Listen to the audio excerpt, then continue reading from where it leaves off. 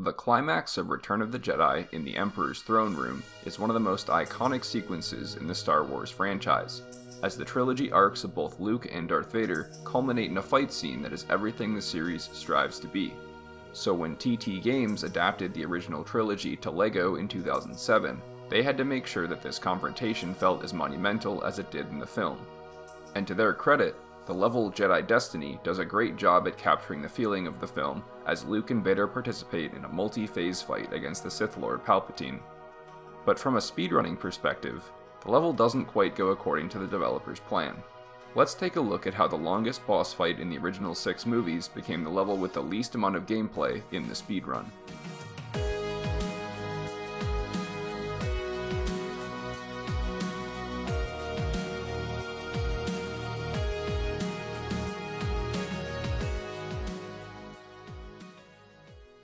The Sidious boss fight consists of 3 phases that slowly whittle down his 18 hearts of health. The first phase takes place near his throne, and involves dealing 5 hearts of damage before a brief cutscene plays and he retreats to the second phase. After defeating some Imperial guards and building a fan, the player approaches phase 2 on a catwalk.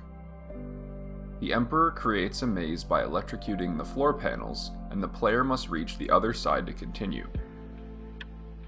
After getting across, the player deals 6 more hearts of damage to the boss before another cutscene plays of the Emperor traveling to phase 3. On the opposite side of the room, 2 hearts are dealt before he jumps up to the catwalks again, forcing the player to kill more Imperial guards and build an elevator to reach him.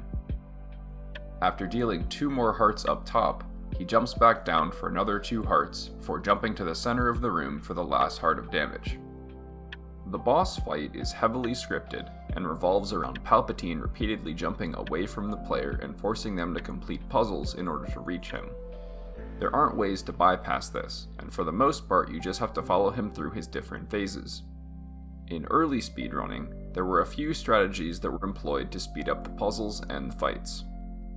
In the first phase, one player can be placed in a specific spot to force the Emperor's jumping AI to behave predictably, jumping back and forth between its 2 remaining spots in an attempt to escape the player.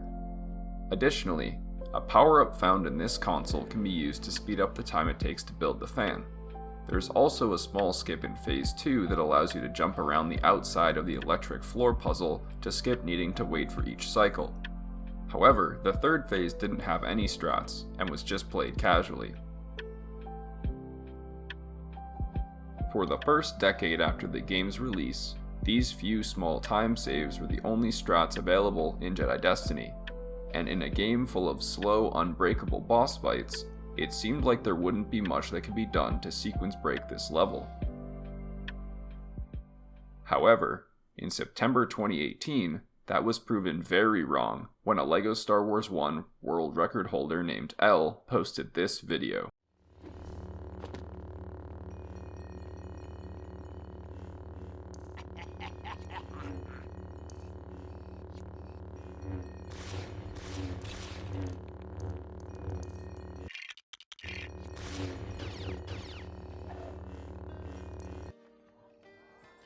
Just like in the film, the encounter ends immediately when the Emperor is thrown off the edge.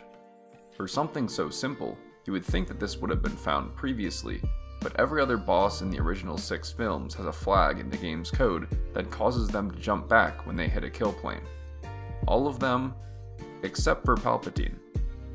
While it is debatable if this was an intentional Easter egg to the movie or a developer oversight, this trick, which became known as Ultrakill, allowed the level to be completed with only 15 seconds of gameplay, a whole 1 minute and 45 seconds faster than the casual way to beat the level. Let's take a look at how this trick actually works. Palpatine will follow and attack player 1 when both players are called in, but once the player goes down the stairs, he retreats back to the throne. However, as long as one of the 2 players is still above the stairs, Palpatine will keep following player 1. Abusing this, the player can position Palpatine in the corner below the stairs and take an intentional death to get him as far forward as possible. After respawning, they can drop out player 2 and push the boss the rest of the way to the edge. The same day the skip was found, L used Ultrakill along with a few other recently found skips to achieve a new world record in LEGO Star Wars The Original Trilogy.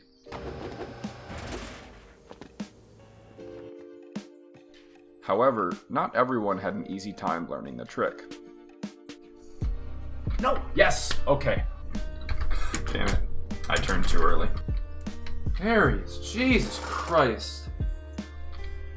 We go. No! What? Alright, God, what the f- I'm so pissed off.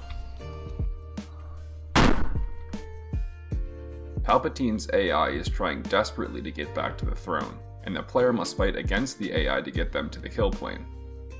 Many runners struggled to get the hang of the manipulation when it was first found, leading many to not implement it right away.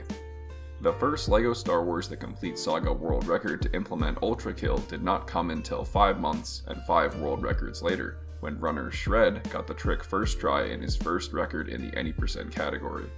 I just got first try. First try Ultrakill. Yep, with oh damn. with your setup method. So, if not everyone was doing Ultrakill in Jedi Destiny, what were they doing? Around the same time L found Ultrakill, a slower but very easy method was found during the third phase of the fight. By putting the player in this corner, Palpatine will attack towards them and then could be easily pushed off the edge. This version, dubbed Quick Kill, still saved 45 seconds over the casual way of playing the level, was a whole minute slower than Ultrakill. Some Complete Saga runners were frustrated with the current setup, and tried to improve it. Runners Osumnal and Sinor both put work into developing a setup that pushed Palpatine to the right instead of the left. This right side setup ended up being a half second faster due to a better line, but not every runner found it easier. Both versions of the setup have been used in Complete Saga runs ever since. Additionally, almost 15 months after the trick was first found, Complete Saga world record holder Wii Super realized that you can do a neutral attack at Palpatine to stun him in place with his block animation. Although it is slower, repeatedly doing this can push the boss towards the kill plane much easier than without, and has been used as both a beginner strat and a high level backup since its discovery. Top runners to this day frequently will do 1 or 2 safety hits to ensure they always get the trick on the first try. Unfortunately, both right side and the safety hits do not work in LEGO Star Wars 2, meaning that the only method used for Ultrakill is the traditional way. While some runners have gotten very skilled at this and frequently get it first try, Emperor almost pushed me back far enough, but it is still a challenging trick in the run, with the current world record holder as of this video opting to take the time loss and use Quick Kill instead of going for Ultrakill. LEGO Star Wars is filled to the brim with huge skips and sequence breaks that take large amounts of time off of the speedrun.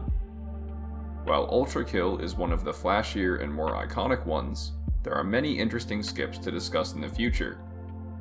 If that is something that interests you, be sure to like this video and subscribe to the channel to keep up with future videos. Thank you so much for watching, and as always, have an excellent day.